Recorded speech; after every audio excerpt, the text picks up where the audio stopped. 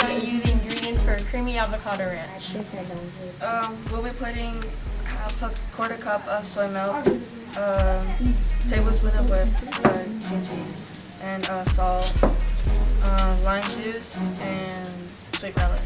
We'll also be using dill, onion powder, parsley flakes, granulated garlic.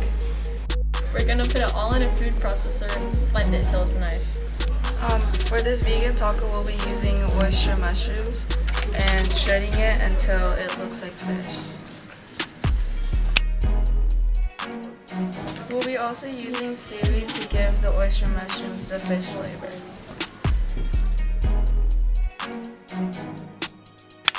This is our slaw for the top of our taco. It has shredded cabbage, pico de gallo, and lime juice with a little bit of salt and pepper.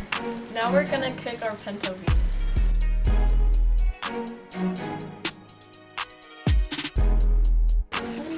We're gonna add a teaspoon of black pepper. And now we'll be adding a tablespoon of olive oil. Now that our pan is nice and warm, we'll be adding our mushrooms. While the small pieces are getting small and crunchy, Add a little salt. the bigger pieces will still be moist. And then we're gonna add some pepper. Then we're gonna add our onion powder.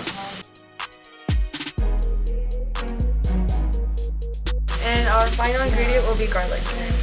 Now we're gonna let them cook for 6 to 8 minutes, and don't worry, the mushrooms will shrink together.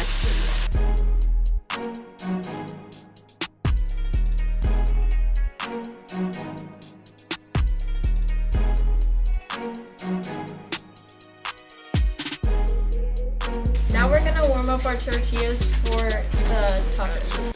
Today we have our taste testers tasting our vegan fish tacos with oyster mushrooms. That's so funny.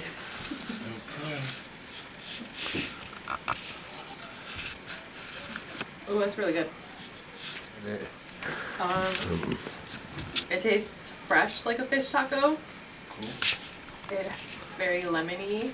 You taste the cilantro and that cilantro cream. That's 2 and 3. And the crunch from the cabbage and carrots is really good too. 1. On a scale of 1 to 10, how much do you like it? Definitely a 10. Yeah, I was gonna say. It's really Yay!